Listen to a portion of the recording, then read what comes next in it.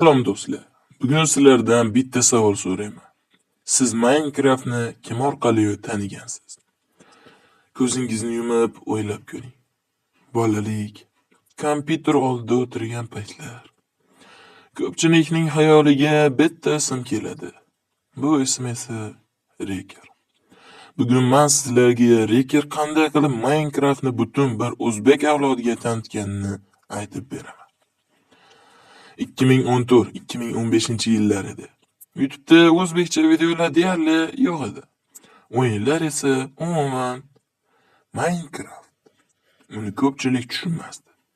Grafikasi yomon ekan, ditski o'yin ekan derdi. Ammo bitta yigit bor edi. U bu o'yinda oddiy kubiklarni emas, orzu va imkoniyatlarni ko'rardi. Bu yigit Reker. U Minecraftni shunchaki o'ynamasdi, u unda yashardi. Reker YouTube kanalini ochdi. Sharoit oddiy edi. Mikrofon ham zo'r emas, montaj ham kuchli emasdi. Kompyuter ham hammada bor edi, lekin uni bitta quroli bor edi: samimiyat. U Minecraftni o'zbekcha tushuntirdi.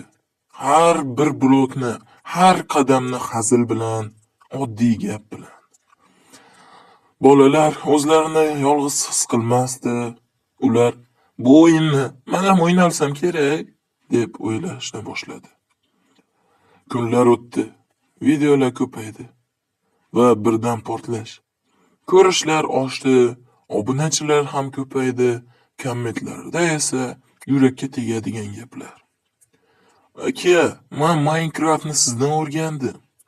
Bolaligimni siz bilan o'tkazdim. Reker sabab o'zbekcha Minecraft serverlar paydo bo'ldi.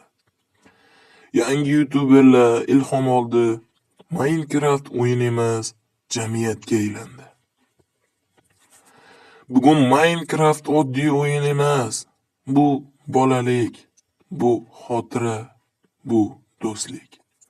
Va bu yo'lda katta iz qoldirgan insonlardan biri bu Reker. Agar u o'sha paytda bo'lmaydi deb to'xtatganda, bugun minglab bolalar boshqa bolalikni yashayotgan bo'lardi. Agar videomiz yuragingizga yetgan bo'lsa, like bosishni unutmang. Kanalga obuna bo'ling va kommentariy yozing. Minecraft mening bolaligim.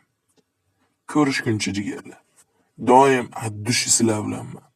Xayr, sog' salomat bo'linglar.